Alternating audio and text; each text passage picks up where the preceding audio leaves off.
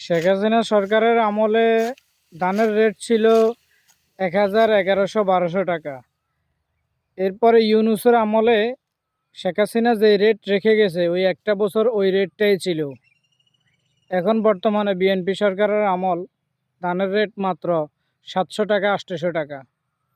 তা আসলে এই অবস্থাটা কেন সেটা জানি না, তবে কৃষকে অনেক আশা ভরসা করে ধান চাষ করে, কিন্তু কৃষক মাইর। অথচ আপনারা দেখেন, একটা কাজের মানুষের টাকার রেট হলো 1200 টাকা। সে একটা দিন ধান কাটবে, ওর রেট হলো 1200 টাকা, ধানের মন হলো মাত্র 700 টাকা।